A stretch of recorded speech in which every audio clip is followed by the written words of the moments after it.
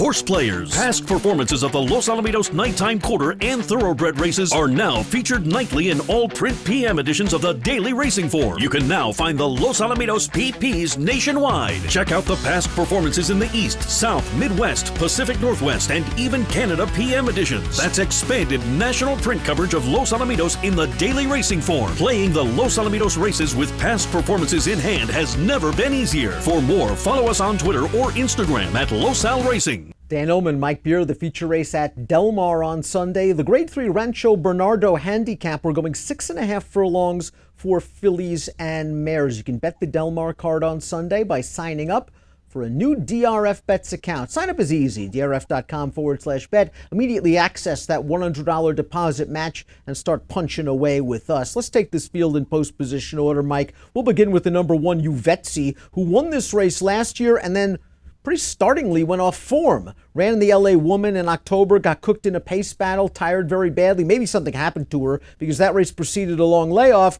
And then last time out, off the long layoff, she caught a 3-horse field in a speed duel. I guess you can make excuses for her last 2 races, but boy, now she has to prove that Rancho Bernardo's not an anomaly. Yeah, that's the position she's in right now. I sort of understand being lenient on her for her seasonal return. It was only a 3-horse field, but they did just send her right into a duel there.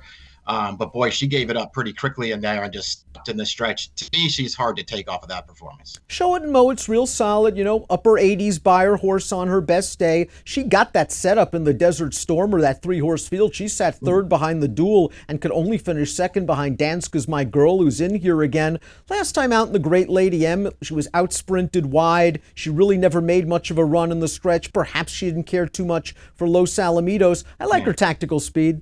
Yeah, the last race was tougher. I thought she did the best she could do in the Desert Stormer. I mean, she took her run at it. She had the right setup. She wasn't quite good enough. I think that's kind of the story of her life in races like this. I just think these races are. Connection's taking a shot with the 3 Cram, who was multiple stakes placed as a 3-year-old at Sunland behind a pretty nice horse named Blamed. Rarely see Sunray Park shippers at Del Mar. This horse won a 2-turn 7 furlong race last time out. Attracts Mike Smith. Yeah, that's true. She does get a for this one. That was a pretty impressive time, but it's not going to get it done against this field. Exuberance may need a pace collapse. This is a filly that cut back in distance last time out, laid low at the back of the field while they were cooking up front, came with the run, wasn't going to get to Marley's Freedom at 65-1, but perhaps she has found her niche as a late-running sprinter. Yeah, that's possible. She's done that more than once when they've cut her back to sprint, just making one late run to get a piece, and it seems like that's probably her ceiling in this race. Anonymity has been very carefully handled by Dick Mandela, probably because she's made of glass. 5 starts, 5 years old, 8 starts lifetime. Third in the Breeders' Cup Filly and Mare Sprint last time out. She came off yet another lengthy layoff in the Great Lady M. She was 3-4 wide. I didn't love the way she was finishing up, but she wasn't against odds-on Marley's Freedom. She probably needed the race. I guess she's the horse to beat. Yeah, I guess she is. I guess the view of the last race, the positive view anyway, is that she went around the outside. Marley's Freedom got the perfect split in the stretch and just took over. At the end of the day, this horse was only second best.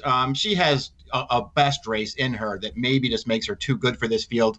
I don't know how short a price I would take on her. Lady Ninja might be the now horse, though, for Richard Baltus. Big 98 buyer, 2 starts back. Very fast race, faster than a 3-and-up non-winners at 2 other than for boys on that same afternoon. Now, last time at Del Mar was her first race off of a 2-month layoff, and I'm interested in your thoughts. She was sitting a really nice trip outside. I thought it was going to be showtime in the lane, and I thought she had to work a little bit harder than expected to win that race. It was more workmanlike for my tastes, but she's in very sharp form and can trip out.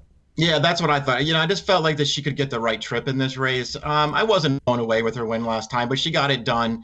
It's interesting. Her last 2 wins, and they're the 2 best races that she's run, they're both against 3-year-old fillies. And now she's going to go back in with some older horses. I don't know what it means, Dan. I just like tactical speed, and I like her current form. 7 Zusha won in pace-pressing fashion last time out over a speed-favoring track at Santa Anita.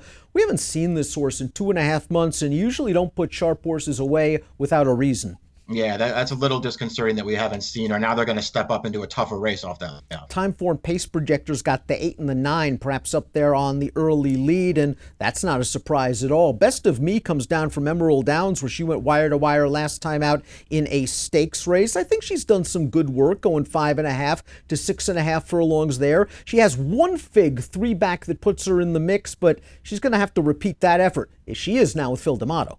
Yeah, it's a trainer change that's a very positive one, although D'Amato's not having a great meet here, but he's just a very good trainer. We'll see if he can improve this filly. Danska's My Girl expected to clear from the outside post for Jerry Hollendorfer. Giovanni Franco, she cleared last time out in the Great Lady M, but when Marley's Freedom came cull and there was not much left, maybe she didn't like Los Al. She does like Del Mar, and if she gets to an easy lead, it's possible she can take this field a long way. I kind of like her a little better at 6, even though she has won races at a mile.